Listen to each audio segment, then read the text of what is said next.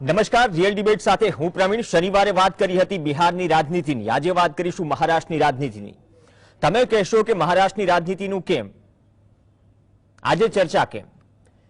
કેમ કે મહારાષ્ટ્રમાં જે ઉથલપાથલ થઈ, બહુ લાંબો પોલિટિકલ ડ્રામા ચાલ્યો, તે સુરતમાં પણ તેના કનેક્શન હતા, હોટેલ મેરેડિયનથી લઈને ગુવાહાટીની હોટેલ, અને બાદમાં કઈ રીતે ફ્લોર ટેસ્ટ થયો, ભાજપ બહારથી સમર્થન કરવાની વાતો કરતું હતું, પરંતુ અંતે છેલ્લી કલાકોમાં દેવેન્દ્ર ફડણવીસ નાયબ મુખ્યમંત્રી તરીકે જાહેર થાય છે. શિંદે મુખ્યમંત્રી અને શિંદે જૂથના 40 ધારાસભ્યો સાથે મળીને સરકાર બનાવે છે ભાજપ મહારાષ્ટ્રમાં. બાદમાં શિવસેના પર અધિકારનો મુદ્દો કોર્ટમાં છે. આ તમામ પરિસ્થિતિઓ વચ્ચે કર્ણાટકમાં તખ્તાપલટની શરૂઆત થઈ. કોવિડ કાળમાં મધ્યપ્રદેશમાં પણ કોંગ્રેસની સરકાર ગઈ, ભાજપે સરકાર બનાવી. બાદમાં મહારાષ્ટ્ર અને મહારાષ્ટ્રના પોલિટિકલ ડ્રામા બાદ જે રીતે બિહારમાં ઉથલપાથલ થઈ અને ફરીથી નીતિશ કુમારે લાલુ સાથે, આરજેડી સાથે હાથ મિલાવ્યો, તો ત્યાં ભાજપને ફટકો પડ્યો. પણ શિંદે સરકારનું કેબિનેટ વિસ્તરણ થયું લાંબી અટકળો, લાંબી ચર્ચાઓ બાદ. ઘણી ચર્ચાઓ હતી કે કેટલા નામોને કેબિનેટમાં સ્થાન મળશે, પણ સૌથી ચર્ચાની વાત એ છે કે મહિલાને સ્થાન નથી મળ્યું. કયા કયા વિભાગો કોણ સંભાળશે તે પણ એક ચર્ચાનો મુદ્દો હતો, તો તે પણ થયું. કેમ કે આ તમામ જે કવાયત જે છે, એ કવાયત જે કોર્પોરેશનની ચૂંટણી આવી રહી છે તેમને લઈને થઈ રહી છે. એ પછી શિંદે જૂથ હોય કે ભાજપે જે અમુક ફેરફાર કર્યા. કેમ કે ભાજપે ચંદ્રશેખર બાવનકુલેને મહારાષ્ટ્રના નવા અધ્યક્ષ બનાવ્યા છે. કેમ કે અત્યાર સુધી મહારાષ્ટ્ર ભાજપની કમાન ચંદ્રકાંત પાટીલના હાથમાં હતી. ધારાસભ્ય આશીષ શેલારને નવા જિલ્લા પ્રમુખ બનાવાયા છે. એના ફેરફારની કવાયત પણ કોર્પોરેશન ઇલેક્શન માટે થઈ રહી છે. પણ હજુ સવાલ એ કે ગઠબંધન થયું, હજુ એક કોર્ટ વિવાદ ચાલી રહ્યો છે, કોર્ટમાં મેટર છે. શિંદે અને ફડણવીસની સરકાર ટકશે કેટલું? બિહારમાં જે પોલિટિકલ સ્વિચ ઓવર થયું, સત્તાનું સ્વિચ ઓવર થયું, તે બાદ વિપક્ષ એકજૂટ થવાનો પ્રયાસ કરી રહી છે. મહારાષ્ટ્રમાં સ્થિતિ અલગ છે. આ સ્થિતિને સમજીશું. ત્રણ ખાસ મહેમાન આ સ્થિતિને સમજવા માટે આપણી સાથે જોડાશે. સૌથી પહેલા ધનંજય કુમાર રાજकीय विश्लेषक तरीके जुड़ाशे. धनंजय जी, स्वागत है आपका फिर से जीएसटीवी के मंच पर. दिनेश वोरा जी એ પણ રાજકીય વિશ્લેષક તરીકે જોડાશે. દિનેશજી, આપનું પણ સ્વાગત છે. અને ડોક્ટર જયનારાયણભાઈ વ્યાસ પણ આપણી સાથે જોડાશે. વ્યાસ સાહેબ, આપનું સ્વાગત છે. વ્યાસ સાહેબ, આપણે શનિવારે બિહારના પોલિટિક્સની વાત કરી હતી, પરંતુ મહારાષ્ટ્રનું કોકડું પણ લાંબા સમય સુધી ગૂંચવાયું લેવું, જ્યાં સુધી કેબિનેટનું વિસ્તરણ ન થયું. પણ હવે કેબિનેટનું વિસ્તરણ પણ થઈ ગયું. પહેલા તો મહારાષ્ટ્રમાં વિધાનસભાની હાલની પરિસ્થિતિ સમજવી છે, અને બીજું કે કેબિનેટમાં એકેય મહિલાને સ્થાન પણ નથી અપાયું. કે પછી આ બાબતે ફડણવીસ અને શિંદે જૂથ ટીકાનો પણ સામનો કરી રહ્યું છે. ફડણવીસને સવાલ પણ પૂછાયો અને કહ્યું કે આવનાર કેબિનેટમાં સ્થાન અપાશે, તમામ પ્રયત્નો કરાશે. બીજું કે એનસીપીના સંસદ સભ્ય સુપ્રિયા સુલેએ પણ આ મુદ્દે સરકારની ટીકા કરી છે.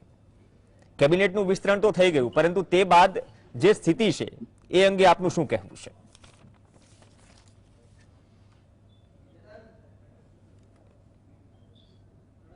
વ્યાસ સાહેબ. પ્રવીણભાઈ, આમાં એવું છે, આપે પૂર્વ ભૂમિકા બહુ સરસ બાંધી. એક કહેવત છે ગુજરાતીમાં કે જેને કોઈ ના પહોંચે એને પેટ પહોંચે. એટલે આ જે બળવો છે એ પૂર્વ શિવસૈનિકોનો અને એ શિવસેનાના એક નેતા શિંદેનો છે. બંને પક્ષો એકબીજાને બહુ સારી રીતે જાણે છે. ભલે આજે બીજેપી એમની સાથે હોય, પણ હું માનું છું ત્યાં સુધી બીજેપી માટે બંને ખતરારૂપ છે, અને ક્યારેક ભેગા થઈ જાય તો મોટી ચેલેન્જ પણ ઊભી કરી શકે. એટલે આ એક વાત થઈ. બીજી કે જ્યારે બે મિત્રો દુશ્મન બને ને, જે રીતે મહારાષ્ટ્રમાં ભારદ્વાજ મુનિના બે શિષ્યો, એમના દીકરા દ્રોણ અને પૃષત રાજાનો પુત્ર એ દ્રુપદ, આ દ્રુપદ ને દ્રોણ વચ્ચે અહમનો ટકરાવ થયો, અને એમાંથી દ્રુપદને મારે એવો પુત્ર પામવા માટે, દ્રોણને મારે એવો પુત્ર પામવા માટે દ્રુપદે પુત્ર કામેશ્રી યજ્ઞ કર્યો. એમાંથી ધૃષ્ટદ્યુમ્ન એને આહુતિ આપી એટલે બહાર આવ્યો, જેને મહાભારતના યુદ્ધમાં દ્રોણને માર્યા હતા. પણ બીજી એક શ્યામ વર્ણની કન્યા બહાર આવી દ્રૌપદની પત્નીએ જયારે આહુતિ આપી ત્યારે, એનું નામ હતું શ્યામા. એ શ્યામા દ્રૌપદી તરીકે ઓળખાઈ આગળ જતા. અને એ જયારે પ્રગટ થઈ યજ્ઞવેદીમાંથી, ત્યારે યાજ મુનિએ કહ્યું કે દ્રૌપદ, તારા ત્યાં શત્રુઓના મહાસંહારનું કારણ જન્મી ચૂક્યું છે. અર્થ એ થાય પ્રવીણભાઈ કે જ્યારે બે દોસ્તો, બે મિત્રો, બે ભાઈઓ એકબીજાના દુશ્મન થાય ત્યારે મહાભારત થાય છે. અને એનો અંતિમ પડાવ એ સર્વનાશ હોય છે. એટલે આ જે કઈ થઈ રહ્યું છે એ હજુ અટકશે નહીં. આપણે આને long term continuous comedy of errors અથવા તો જે કઈ કહેવું હોય તે કહી શકાય, પણ એ અટકશે નહીં.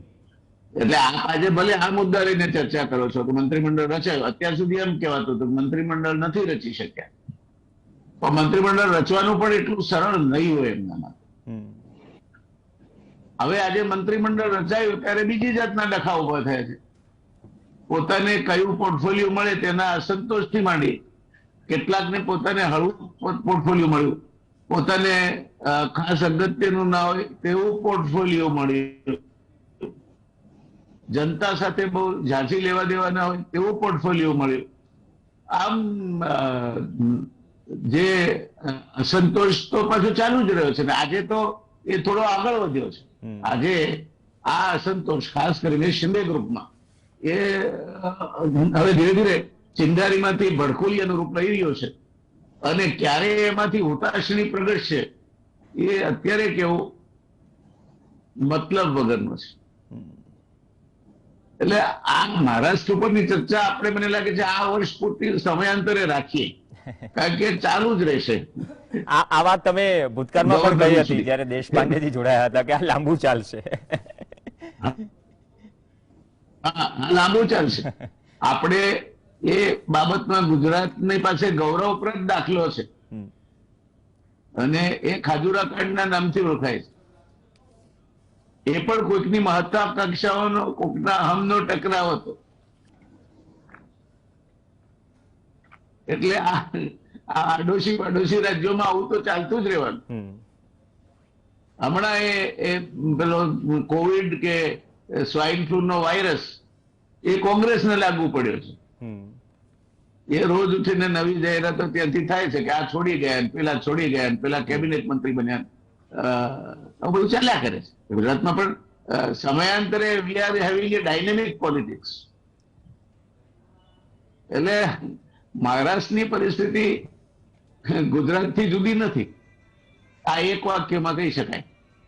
અને આપણે બે એક જ રાજ્યમાંથી બન્યા છીએ નાના મોટા ભાઈ તરીકે, તો એના જે તમને લોહીના ગુણો તો ક્યાંક ને ક્યાંક દેખા દેવાના. એટલે મહારાષ્ટ્રમાં એક વખત લાઈન બંધ 3 મુખ્યમંત્રીઓએ રાજીનામું આપ્યું અને ત્યારે અંતુલે, બાબા સાહેબ ભોસલે અને ત્રીજા એક કોઈ હતા જેવું નામ બોલું છું, પણ ત્યારે નાના ચુડાસમાએ એક હોર્ડિંગ મૂકતા, એ હોર્ડિંગમાં લખ્યું હતું in Maharashtra the resignation forms for chief ministers are available alphabetically. અને બીજી વખત પછી એને મૂક્યું કે in Maharashtra cyclostyle resignation letters are available for the outgoing chief minister. એટલે હમણાં નહીં પતે. આપણા સાથે 2 વિદ્વાનો છે, આપણે તો એમને સાંભળીને આપણું જ્ઞાન કઈ વધતું હોય તો વધારવાનું છે, કારણ કે એ સ્થળ ઉપર છે. આપણે ડગલે દૂરે દસકે દૂર એવું છે. પ્રવીણભાઈ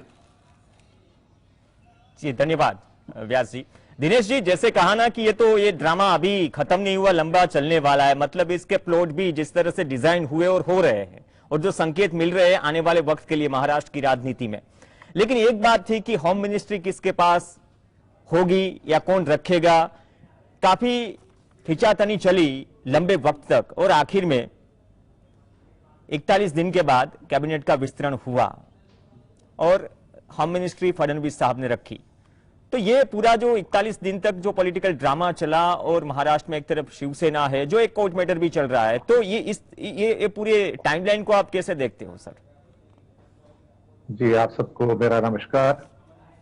दरअसल महाराष्ट्र के अंदर एक चक्रव्यूह रचा गया और इस चक्रव्यूह के अंदर एकनाथ शिंदे को अभिमन्यु बना दिया गया।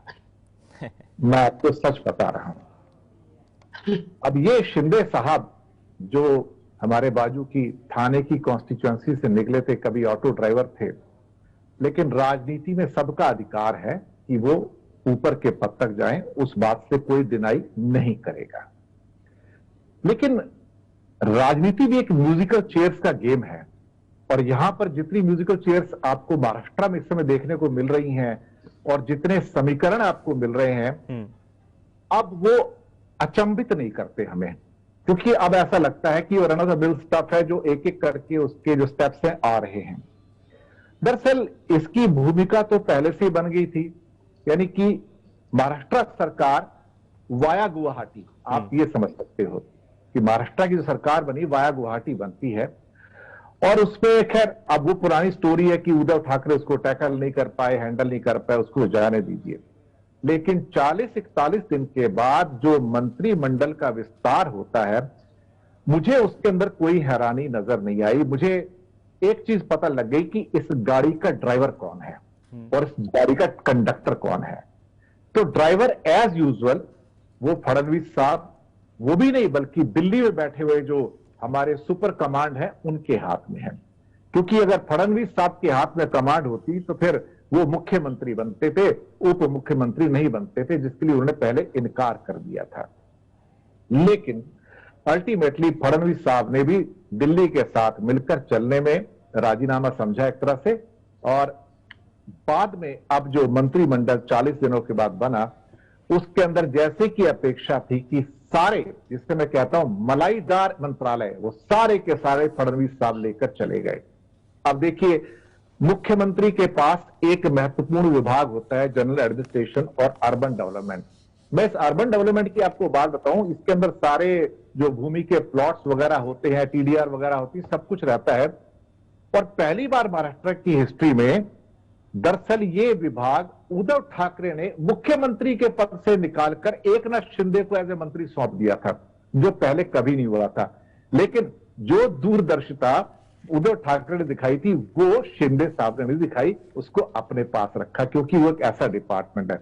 लेकिन रेवेन्यू हो या फिर होम हो, प्लानिंग हो, लॉ हो, वो फडणवीस साहब ने अपने पास रख लिया। यानी कि असली ड्राइवर अब वो है, निर्णय और नीति दोनों वही निर्धारित करेंगे।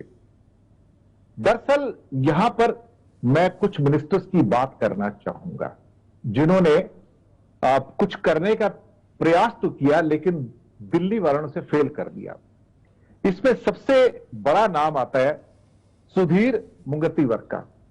इन्होंने मिनिस्ट्री बनने से पहले दिल्ली का चक्कर काटा और उम्मीद की जा रही थी कि ये व्यक्ति किसी बड़े पद को हासिल कर लेगा, लेकिन ना जाने दिल्ली में क्या हुआ कि जब ये वापस आए हैं तो इनको फॉरेस्ट और कल्चर अफेयर की मिनिस्ट्री दे दी गई और साथ में फिशिंग बिजनेस दे दिया गया, जो एक तरह से जूनियर मिनिस्टर को दिया जाता है। ये शायद सुधीर मुंगतीवार को इस बात का एहसास दिलाया गया कि आप दिल्ली क्यों आ रहे हैं, आप जाइए और जो आपको मिल रहा है उसको हासिल कर लीजिए।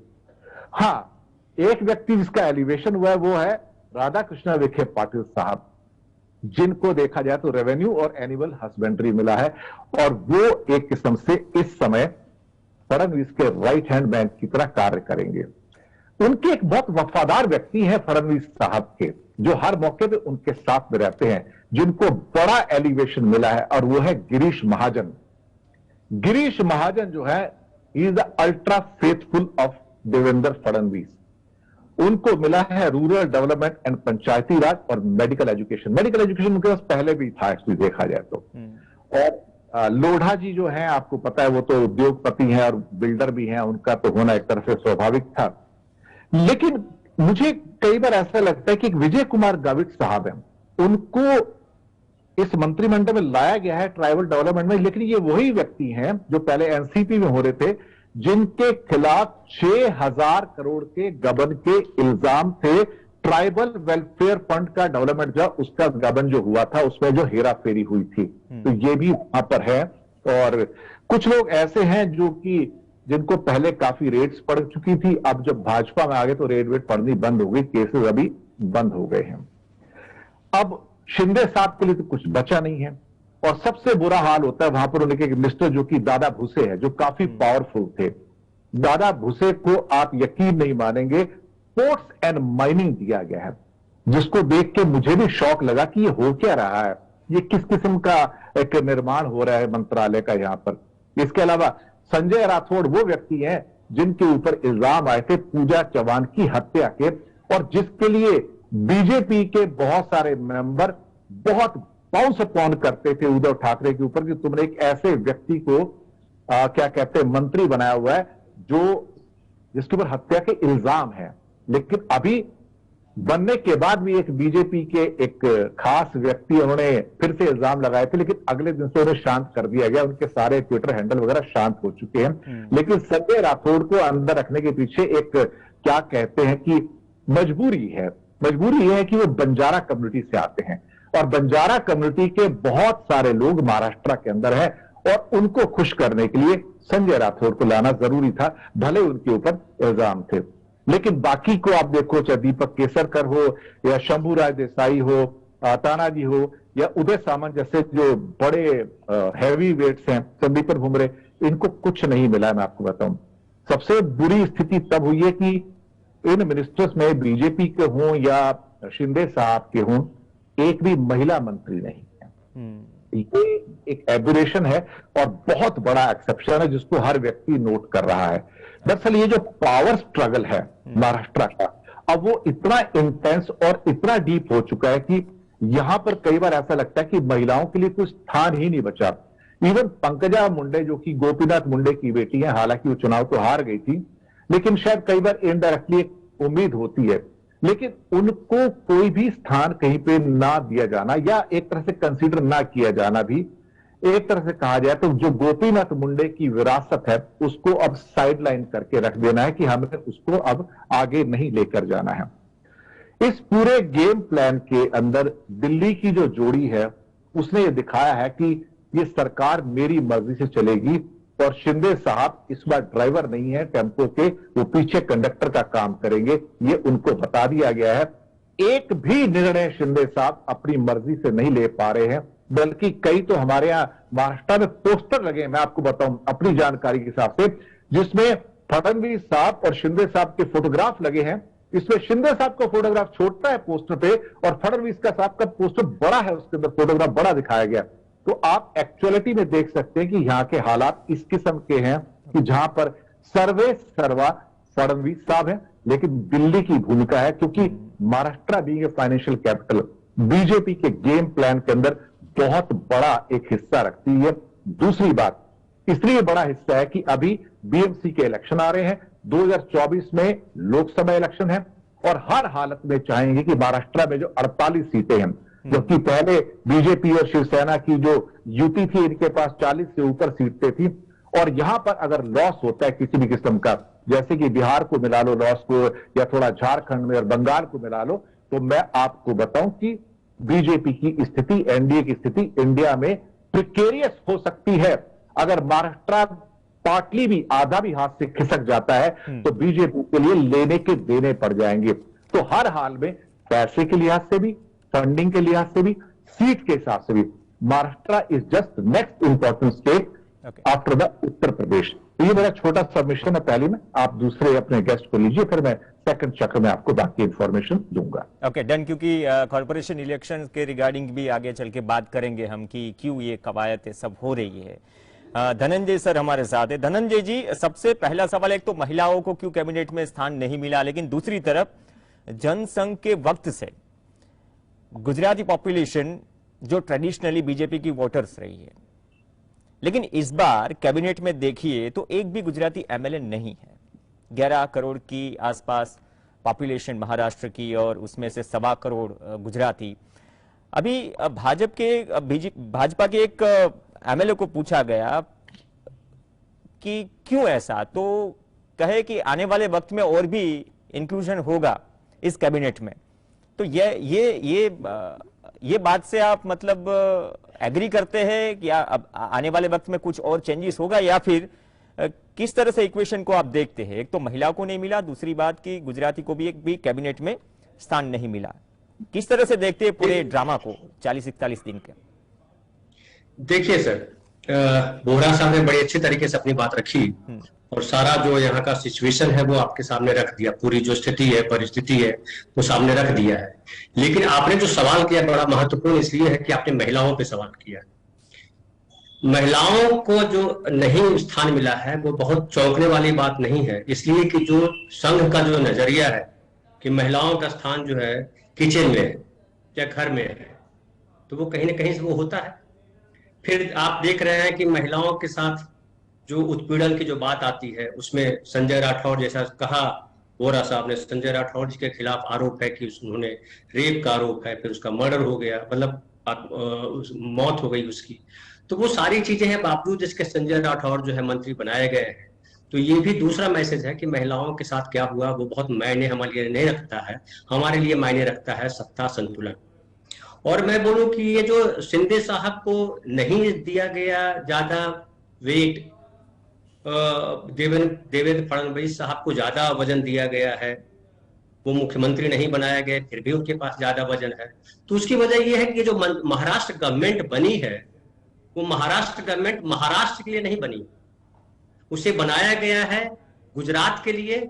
और दिल्ली जो सरकार बैठी है, भारत सरकार जो है, उसको बचाने के लिए या उसकी कमाई को और बढ़ाने के लिए, ताकि चुनाव में और जो खर्च होगा वो कहां से आएगा। हम सब जानते हैं कि मुंबई और महाराष्ट्र जो है वो रेवेन्यू का सबसे बड़ा सेंटर है हिंदुस्तान, आर्थिक राजधानी है हमारी। तो उस पे ये सबसे महत्वपूर्ण पहलू ये है कि बीजेपी को यानी मोदी सरकार जी को सबसे पहले ये देखना है, दोनों बात है कि हमें रेवेन्यू कहां से आता है और गुजरात में चुनाव जो होने वाला है उसमें क्या होता है। तो अब उसके बाद देखिए, इसमें अभी जो बिल्किस का जो मामला है उससे जुड़ जाता है, लेकिन इस पे पहले हम बाद में चर्चा करेंगे, पहले इस पे आते हैं। अब देखिए जो इन्होंने किया है उसमें मूल था, पहले तो ये था कि शिवसेना ने या उद्धव ठाकरे ने जो बीजेपी से अलग होकर के महाविकास आघाड़ी संगठन या पार्टियों का एक समूह बनाया, गठबंधन किया, उससे बीजेपी को बहुत गंभीर झटका लगा। ये सोचा नहीं था बीजेपी ने कि ऐसा कुछ हो जाएगा। एक दूसरी बात यह हुई कि जिस तरह से ये सरकार चला रहे थे उद्धव ठाकरे, उसमें इनके लिए कोई स्पेस नहीं दे रहे थे। बीजेपी सबसे बड़ी पार्टी होने के बाद भी महाराष्ट्र में कुछ कर नहीं पा रही थी, विपक्ष के तौर पे भी कुछ नहीं कर पा रही थी, और देवेंद्र फडणवीस भी नहीं कुछ कर पा रहे थे। और दिल्ली से जो दबाव आ रहा था, जो खास करके जो अजान और लाउड स्पीकर और हनुमान चालीसा, ये सब जो प्रसंग खेला गया, उस प्रसंग में भी उद्धव ठाकरे ने एक बड़ा ही संतुलित निर्णय लिया और न इधर जाने दिया पलड़े को, न उधर जाने दिया। और जो एक दंगाई माहौल बन सकता था, सांप्रदायिक सद्भाव बिगाड़ने का माहौल बन सकता था, जिसमें बीजेपी को फायदा मिलना था। क्योंकि बीजेपी पिछले 8 सालों में जितने वादे किए प्रधानमंत्री जी ने, उसमें से एक वादा पूरा नहीं हुआ है। न बुलेट ट्रेन आई है, न 2 करोड़ रोजगार मिले हर साल, न ही जो है पक्के मकान मिले 2022 तक, सब गरीबों को, बेघरों को पक्का घर मिलना था, न ही जो है किसानों की आय दुगनी हुई, न ही अर्थव्यवस्था जो है वो 5 ट्रिलियन या पता नहीं कितना बढ़ना था वो बढ़ी। तो महंगाई कम आई। ये जो बीजेपी सरकार आई थी, मोदी जी जो आए थे 2014 में, तो महंगाई के खिलाफ आंदोलन लेकर के आए थे कि हम महंगाई जो है कांग्रेस पार्टी में बहुत बढ़ गई है। ये लेकर के आए थे, काला धन लेकर के। काला धन कितना लेकर के आए हम सब जानते हैं, बल्कि काला धन बढ़ गया, ऐसी रिपोर्ट है। तो जितने भी वादे किए मोदी जी ने सत्ता में आने से पहले और सत्ता में आने के बाद, 2019 में भी जो वादे किए, उनमें से एक वादा पूरा नहीं। अब एक उनके पास एक हथियार बचा, भ्रष्टाचार, परिवार, जो एक कहते हैं कि मतलब इस देश में जो है जमाने से चली आ रही है। भ्रष्टाचार एक ऐसा मैटर है जिसपे किसी को कहीं भी घेरा जा सकता है, क्योंकि हमारा पूरा समाज ही जो है, हम खाली राजनीतिक पार्टियों को नहीं मानते उसके, पूरा हमारा समाज जो है। जी कुछ बोल रहे हैं आप धनंजय जी? एक ब्रेक के लिए रुकना पड़ रहा है, आप अपनी बात ब्रेक के बाद कंटिन्यू कीजिएगा, क्योंकि ये सब मुद्दे हैं एक तरफ, और एक दूसरा मैं सवाल ये भी, मैं गुजरातियों के बारे में भी जो मैंने सवाल किया था, क्योंकि आप वहां का इक्वेशन बहुत बेहतर से समझते हैं। हाँ, तो ब्रेक के बाद आप आपके जवाब को आगे बढ़ाइएगा। एक कमर्शियल ब्रेक માટે આપણે રોકાઈશું અને બ્રેક પછી ધનંજયજીની વાત આગળ વધારીશું કે મહારાષ્ટ્રમાં સ્થિતિ શું છે, કેમ ઇક્વેશન સેટ થયું અને હજુ આ ડ્રામા ક્યાં સુધી ચાલશે। રોકાઈશું બ્રેક। સરકાર કેટલું ચાલશે, બ્રેક પહેલા ચર્ચા થઈ ધનંજય કુમાર સાથે અને સાથે ડોક્ટર જયનારાયણભાઈ વ્યાસ સાથે કે મહારાષ્ટ્રમાં ચલો શિંદે અને ફડણવીસ સરકારનું કેબિનેટનું વિસ્તરણ તો થયું, પરંતુ હજુ આ મુદ્દો લાંબો ચાલશે અને આવનાર જે વિધાનસભા ઇલેક્શન્સ છે અથવા તો તૈયારીમાં તમામ પાર્ટી લોકસભાની પણ લાગી છે, તો તેના હિસાબથી મહારાષ્ટ્રની રાજનીતિ શું સંકેત આપે છે અને તેમાં થયેલા જે ફેરબદલ છે એ કોર્પોરેશન ઇલેક્શનને ધ્યાનમાં લઈને પણ એક કવાયત કરવામાં આવી। ચર્ચા આગળ વધારીએ। ધનંજયજી જે પોતાનો જવાબ પૂરો નહોતો કરી શક્યા, બ્રેક માટે રોકાયા હતા। धनंजय एक तो मुद्दे है और दूसरी बात में वही सवाल मैंने आपसे जोड़ दिया कि हेडरूम ज्यादा है। जी धनंजय जी, एक तो मुद्दे है, दूसरी बात यह कि गुजरातियों को क्यों कैबिनेट में मतलब स्थान नहीं मिला, या जो दलीलें रखी जा रही है कि नहीं आने वाले वक्त में वो एक्सटेंड करेंगे या फिर से विस्तरण होगा तो कुछ नए चेहरे भी दिख सकते हैं, तो इस चीज से आप सहमत हैं क्या? बिल्कुल ऐसा तो संभव है, क्योंकि अभी जो है 20 ही मंत्री बनाए गए हैं और 43 तक बना सकते हैं, 43 तक बना सकते हैं, तो 23 मंत्री तो और बना सकते हैं। लेकिन सवाल वो नहीं है, मंत्रियों का सवाल नहीं है। मैंने जैसा पहले कहा कि महाराष्ट्र गवर्नमेंट का बनना मोदी सरकार के लिए या बीजेपी सरकार जो केंद्र में है उसके लिए बहुत महत्वपूर्ण नहीं है। उसके लिए महत्वपूर्ण ये था कि जो शिवसेना और एनसीपी और कांग्रेस की जो सरकार चल रही थी महाराष्ट्र में, वो किसी भी तरह टूट नहीं पा रही थी, तो तोड़ने का रास्ता ढूंढ रही थी सरकार, ये जो बीजेपी सरकार है। और वो रास्ता उसको जब कुछ नहीं मिला तब तो उसने रास्ता पकड़ा ईडी का। भ्रष्टाचार एक ऐसा मुद्दा है जो मैं बोल रहा था कि भ्रष्टाचार में आम आदमी भी शामिल है। अगर किसी आम आदमी के घर में अगर छापा पड़े तो वो भी कहीं ना कहीं पकड़ा जाएगा। जिस तरह से हमारे देश में माहौल है भ्रष्टाचार में, हम सब कहीं ना कहीं कुछ, कोई हीरा का चोर है, कोई खीरा का चोर है, लेकिन सबके साथ कुछ ना कुछ बहुत रेयर लोग हैं, अपवाद के तौर पे कुछ लोग होंगे जो गांधी जी की तरह ईमानदार बन के बैठे हों या सत्य हरिश्चंद्र जी की तरह बैठे हों, लेकिन ज्यादातर लोग इसी में है। तो भ्रष्टाचार एक ऐसा मुद्दा है जिससे आम आदमी भी कनेक्ट होता है और बड़ी आराम से बोल देता हाँ यार भ्रष्टाचार तो इसने किया होगा। तो ये जो मंत्रियों के पास धन है इसमें कोई दो राय नहीं। तो ये जो जिन मंत्रियों को ईडी का नोटिस दिया गया उनको घेरा गया कि आप किसी तरह हमारे जाल में फंसिए, और वो कर करके ईडी का प्रभाव लगा करके ये किया गया, उसमें पैसे खर्च किए गए, ये सब हम सब आप जानते हैं, पुरानी बात है। लेकिन अब जो बात आती है कि अभी जो शिवसेना को एक तो छत बिछत किया इसलिए कि उनसे बदला ले लिया कि भैया शिवसेना तुम देख लो क्या है, और शिवसेना ने इसलिए, शिवसेना के साथ ये और एक वजह रही कि शिवसेना ने उनके हिंदूवाद को चुनौती दे दी थी। अब तक देश में हिंदू का एक ही प्रवक्ता है, एक ही पार्टी मानी जाती है, वो बीजेपी है, क्या एक ही संगठन है, वो संघ है, लेकिन शिवसेना ने उसमें महाराष्ट्र स्तर पे सेंध मारी थी। तो ये था। अब गुजराती मंत्री को नहीं लाने की बात है, तो देखिए जो राज्यपाल जी ने बयान दिया था गुजरातियों और राजस्थानियों को लेकर के और जो हल्ला मचा था वो भी एक बड़ा महत्वपूर्ण मसला है।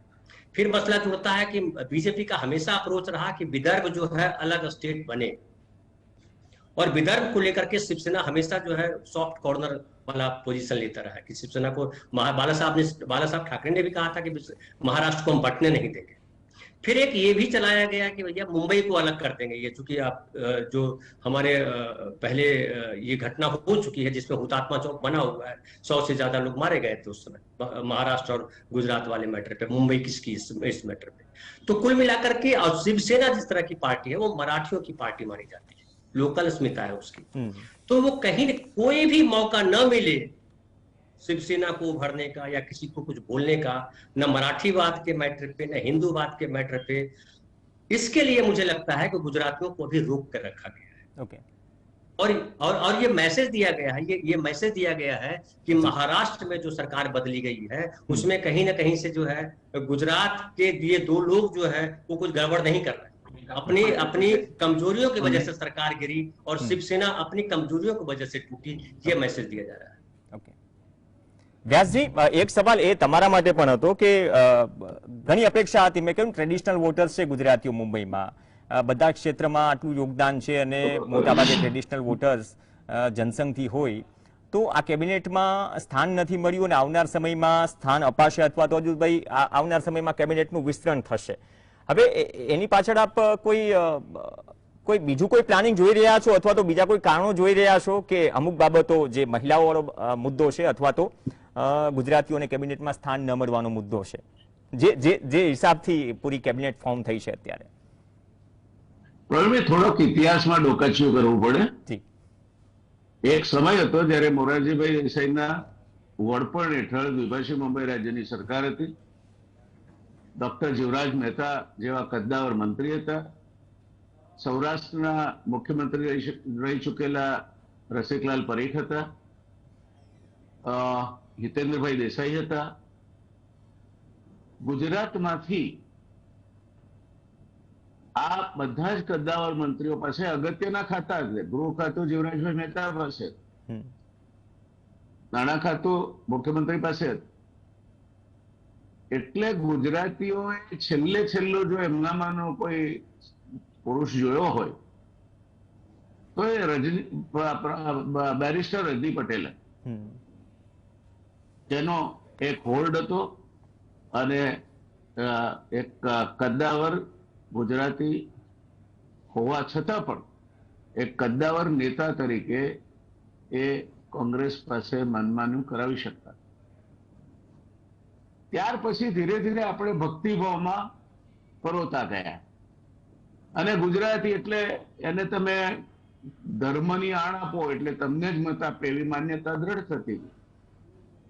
અને ગુજરાતી તમને મત નહીં આપ્યું તો શિવસેનાને આપશે એવું તર્ક કરવા વાળા પણ નીકળ્યા. પરિણામે ગુજરાતના નેતાઓના રૂપિયા ઘસાઈને ડબ્બુ થઈ ગયા. આજે મને આખા મહારાષ્ટ્રમાં એક ગુજરાતી નેતા એવો બતાવો. આ તમે આજે પોપ્યુલેશનના આંકડા, તો પોપ્યુલેશન તો ગેટાઉલનું હોય છે. તમે એક મને એવો કદાચ ગુજરાતી નેતા બતાવો કે જેના કહેવાથી, જેની હાક ઉપર મહારાષ્ટ્ર અને મુંબઈ કંભી જતા હોય. સાહેબ, રાજનીતિમાં એક આંખમાં બળ જોઈએ અને બીજી આંખમાં વહીવટી કુશળતા જોઈએ. માત્ર વહીવટી કુશળતાથી પણ રાજનીતિ નથી ચાલતી અને માત્ર બળથી પણ રાજનીતિ નથી ચાલતી. એકનાથ શિંદે પૂર્વક કરી હતી. એટલે આ પરિસ્થિતિનો તમે અપેક્ષા છે નહીં રાખો છો. ગુજરાતી નથી મંત્રીમંડળમાં, ગુજરાતી નથી. તમારું છે શું ત્યાં? તમે સંખ્યામાં છો, બાકી તો રૂપિયા બનાવો છો તમે અને બેગો ભરી ઘણાને આપી આવે છે. એટલે તમે મૂડી વગરની પ્રજા છો અને માગવા નીકળ્યા છો મહાસિંહાસન. આજે નહીં ને ક્યારેય નહીં મળે ગુજરાતીને, ક્યારેય નહીં. એ યાદ લખી રાખજો. એમને ખંડિયા રાજા થઈને રહેવું છે. એકનાથ શિંદે ગુવાહાટી પહોંચ્યા ત્યારે મારા કેટલાક બહુ મોટા ગજાના ગુજરાતી મિત્રો છે. આઈ વોઝ ટેપિંગ ધેમ કે ભાઈ શું ચાલે છે, શું થશે. બધાની એક ચિંતા હતી કે તોફાન ના થાય તો સારું, નહીં તો ગુજરાતીઓને બહુ મોટું નુકસાન થશે. હવે આપણા ત્યાં સરહદ પરથી લૂંટારવું આવ્યા કેમ? પ્રજામાં એકતા નહોતી. પહેલી વાત, જો માળવા અને પાટણ એક થઈને ગઝની સામે લડ્યું હોત તો ગઝની સોમનાથ ભગવાનનું મંદિર ક્યારેય નહીં તોડી શક્યો હોત. પણ ત્યાં બંનેના અહમનો ટકરાવ આવતો હતો. બંને એકબીજાના પેઢી દર પેઢીના દુશ્મનો. સિદ્ધરાજ જયસિંહે અવંતીના રાજા યશોવર્માને હરાવી, કેદ કરી, પાટણમાં લાવીને પાંજરામાં બેસાડીને આખા પાટણમાં ફેર્યો. એટલે એ એમના અહંકારમાંથી બહાર આવ્યા જ નહીં ને પરિણામે જે થવાનું હતું તે થયું. ગઝનીની તાકાત સામે જો અવંતી ને ગુજરાત ભેગા થઈને લડ્યા હોત તો આપણા ઇતિહાસના ઘણા બધા કાળા પ્રકરણો ક્યારેય ન થયા. ગુજરાતી રાજકારણમાં રસ નહીં લે, એ કે આપણું કામ નહીં.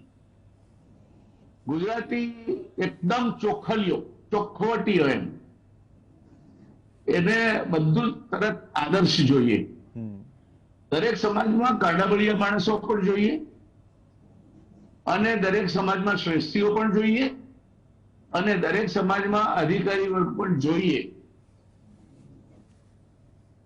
તમે ના આઈએએસ આઈપીએસ માં જાઓ, ગુજરાતમાં તો ગુજરાતીના શિક્ષણનું સત્યાનાશ નીકળી ગયું છે. ના આઈઆઈએમ આઈઆઈટી માં જાઓ તો તમે શેના, તમે સબકો રખે રામ સબકો અલ્લાહ રખે કહીને ભીખ માંગશો?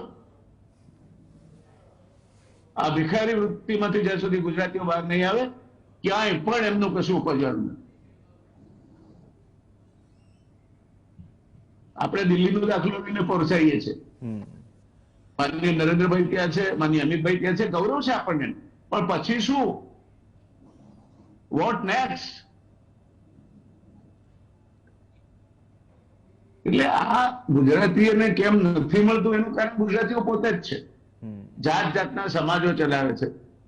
વણિક સમાજ હોય તો એમાં કપોળ વાળો જુદો હોય, દશા વિશા વાળો જુદો હોય. એટલે તમે કરો છો શું એ મને તો ખબર નથી પડતી. ગુજરાતીઓને એકમાત્ર એમની ગણતરી પૈસાની હોય છે. જે માણસ ખૂબ પૈસા કમાય, બંગલો બાંધે અને ગાડી લાવે લેટેસ્ટ, એ પણ પાછી લેમ્બોર્ગિની કે એવી કોઈ, એ સમાજમાં મોટો કહેવાય.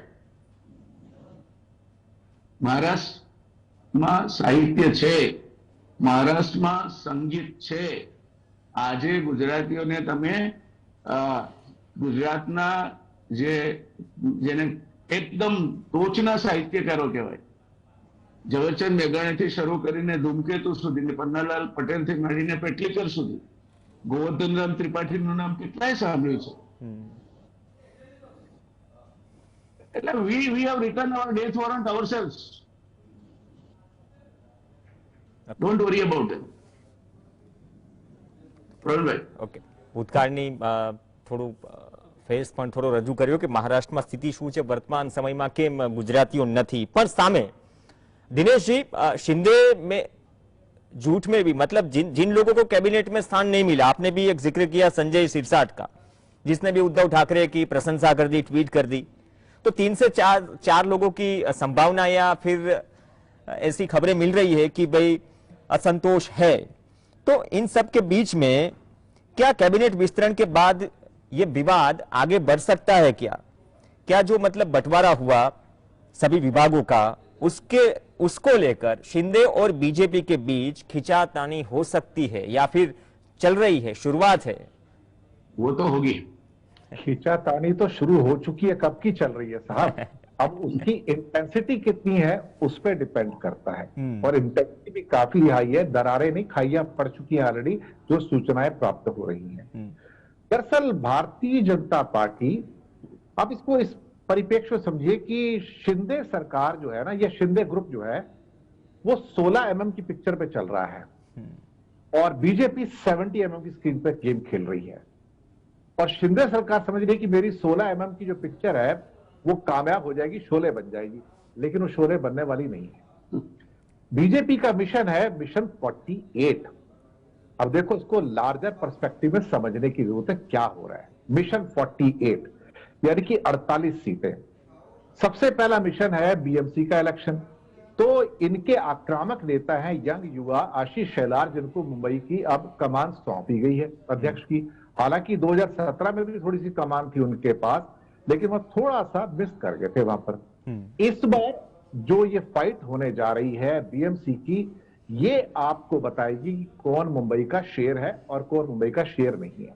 दूसरी बात, हुआ क्या कि अभी लेटेस्ट एक सर्वे आया है. उस सर्वे में बताया गया है कि अगर अभी चुनाव हो जाए तो भारतीय जनता पार्टी और पहले शिवसेना की युति थी लोकसभा में, तो जो 42 सीट्स थी इनके पास 48 में से अब 18 रह जाएंगी एक सर्वे के मुताबिक. अभी 18 सीटें.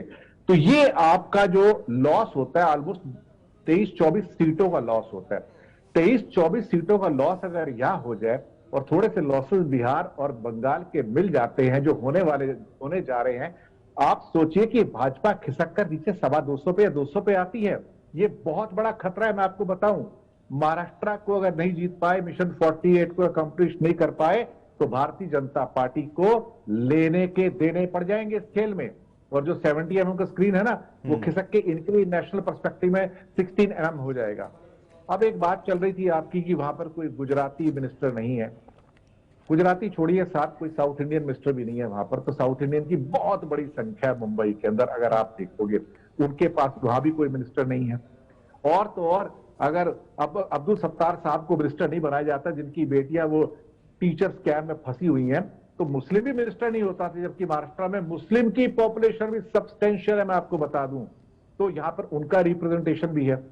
लेकिन ये बड़ा खेल चल रहा है इसका। ये खेल 2024 का है, जो बीएमसी इलेक्शन से स्टार्ट होगा।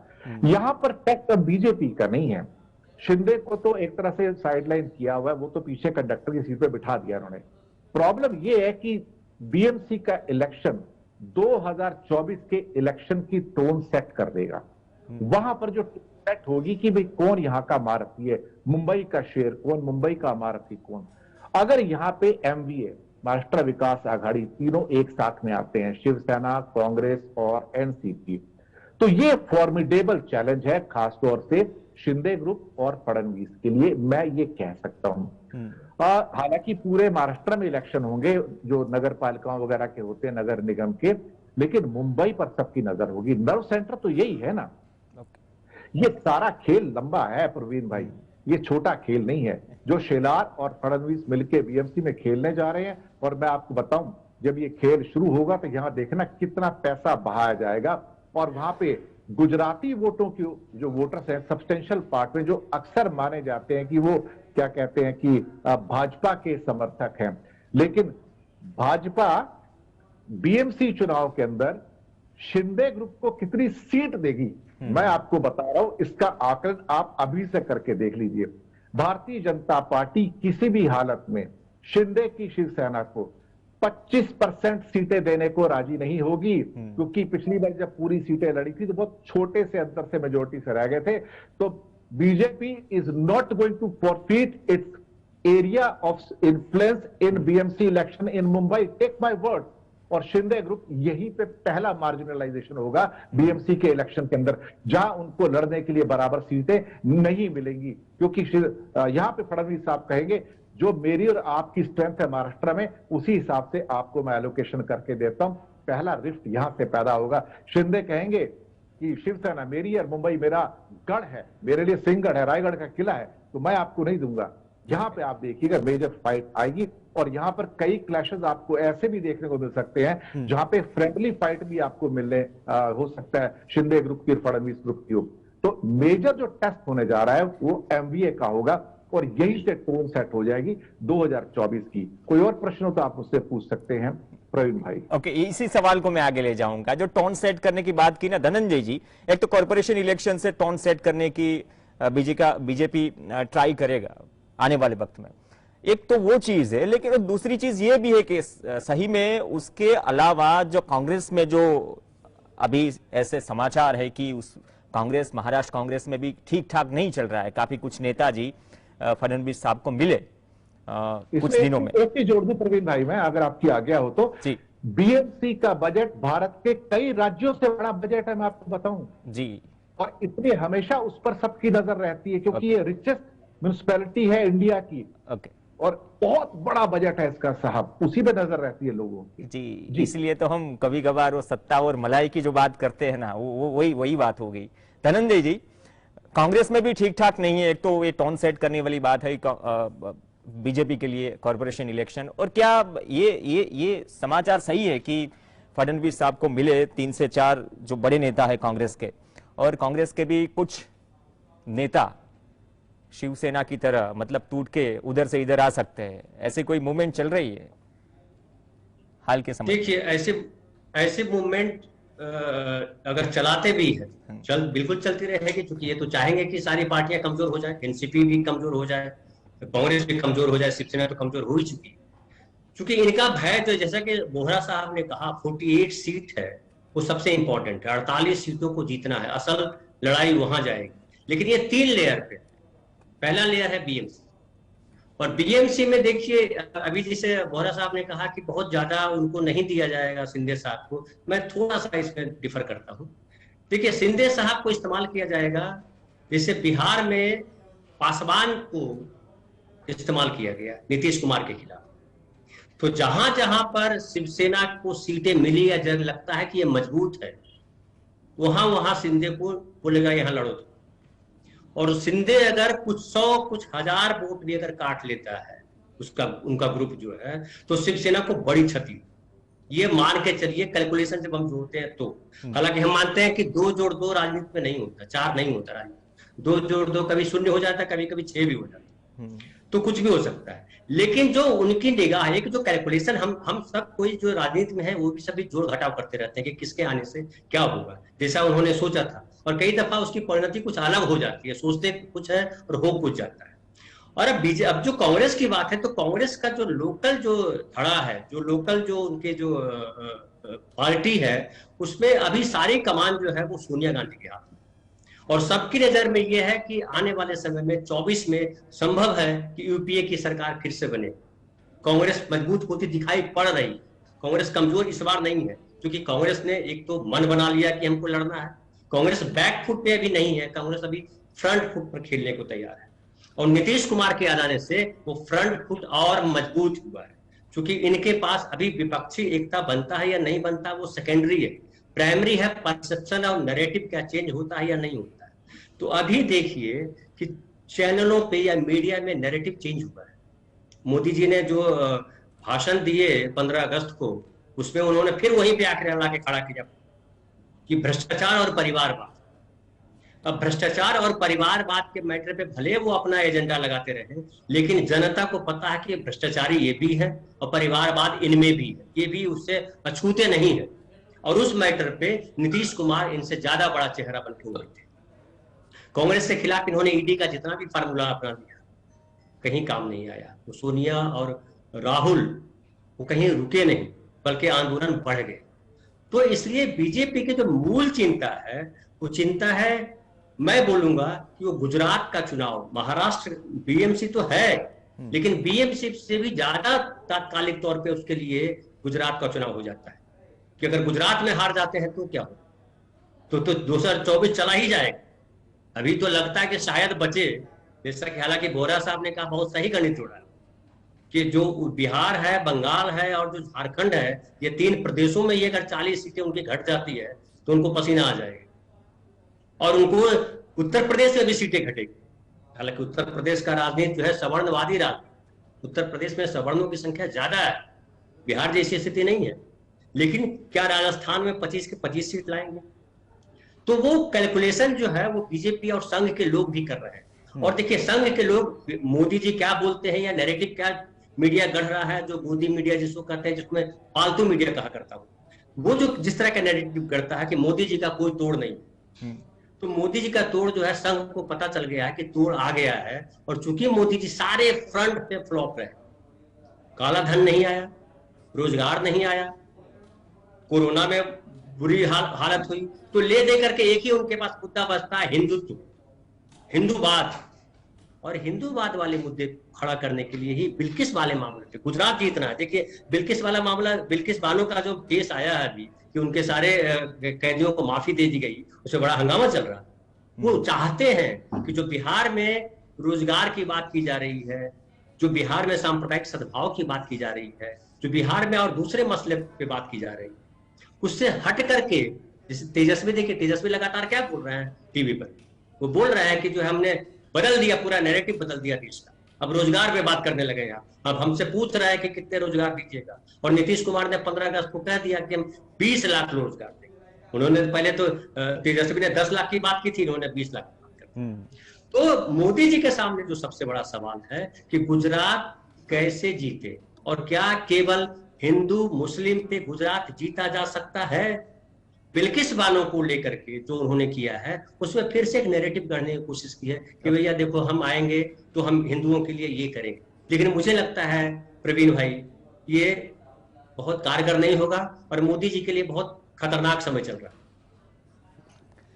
વ્યાસજી, આપ કન્ક્લુડ કરો. ઘણા બધા સંકેતો મહારાષ્ટ્રની રાજનીતિથી અથવા તો બિહારની રાજનીતિથી મળી રહ્યા. આપણે શનિવારે પણ એ મુદ્દે ચર્ચા કરી હતી, પણ ચેલેન્જીસ પણ છે અને સાથે સાથે ઘણા અપ્સ એન્ડ ડાઉન પણ આપણને દરેક રાજકીય પક્ષોમાં જોવા મળશે આવનાર સમયમાં. આવનાર વિધાન ઇન્ક્લુડિંગ ગુજરાતમાં ઇલેક્શન જે થઈ રહ્યા છે, કેમ કે રોડમેપ 2024 સુધીનો છે. આપણે ઘણું બધું જોવાનું હજુ બાકી છે.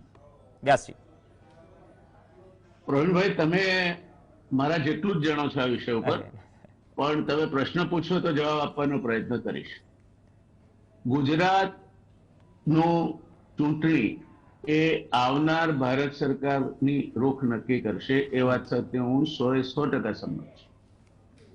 અને આ ગુજરાત અને 2000 પહેલાનું ગુજરાત એટલે 2017 એ એક નથી. તમે માનો કે ના માનો, ગમે તેટલી સીટ મળશે નહીં મળશે, કેજરીવાલ ફ્લોપ જશે. જો કે કેજરીવાલ પણ એના ઉપર પણ આક્ષેપ છે કે ભાજપની બી ટીમ તરીકે રમે છે. પણ ઇન્ટરેસ્ટિંગ છે કારણ કે લોકો હવે સમજવા માંડ્યા છે. બીજું, હું એને નોન સિરિયસ પ્લેયર એટલા માટે નથી માનતો કે એને આ વખતે પોતે જાતે જ પોતાના પર લઈને ઝંપલાવીશ.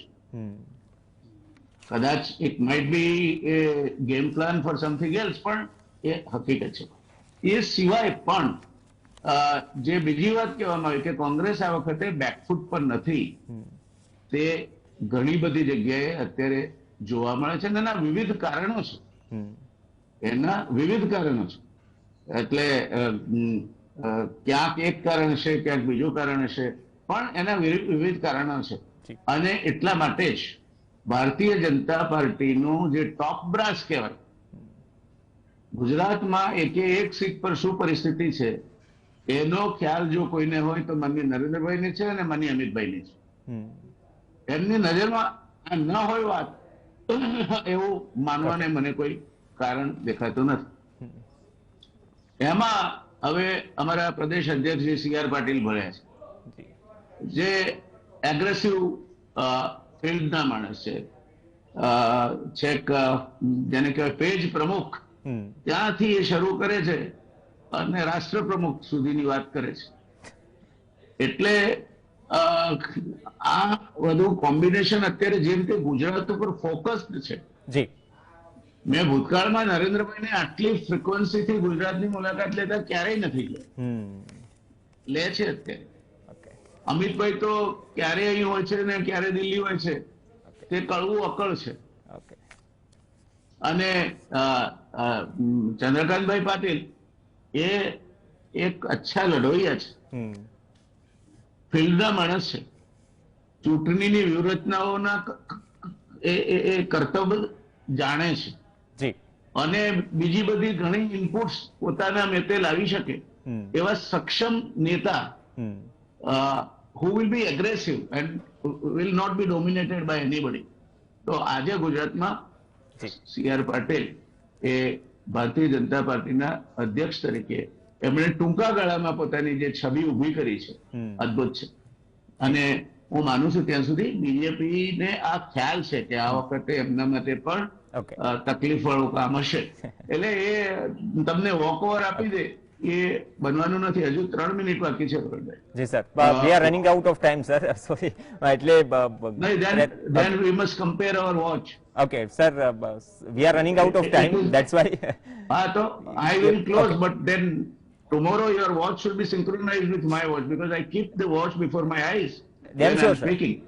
And understand one thing, I don't like to be insulted when the live show is on. Please don't do that. Okay, thank you sir. તો વાત કરી કે ગુજરાતમાં પણ ચલો હવે નેતાઓ દિલ્હીથી અને કેજરીવાલ સહિતની મુલાકાતો વધી ગઈ છે, તો કન્ક્લુઝન એ નીકળે છે કે આવનાર વિધાનસભા, આવનાર લોકસભાની તૈયારીઓ પણ છે. સમયનો થોડો અભાવ છે, મર્યાદા છે. ચર્ચા લંબાઈ શકી હોત, રસપ્રદ ચર્ચા રહી, ઘણા બધા કન્ક્લુઝન અને ડાયમેન્શન અહીંથી સેટ થયા તમામ પેનલિસ્ટ દ્વારા. ધન્યવાદ દિનેશજી, ધન્યવાદ ધનંજયજી, ધન્યવાદ વ્યાસજી ચર્ચામાં જોડાવા માટે. આ સાથે ચર્ચામાં હાલ બસ આટલું જ. નમસ્કાર.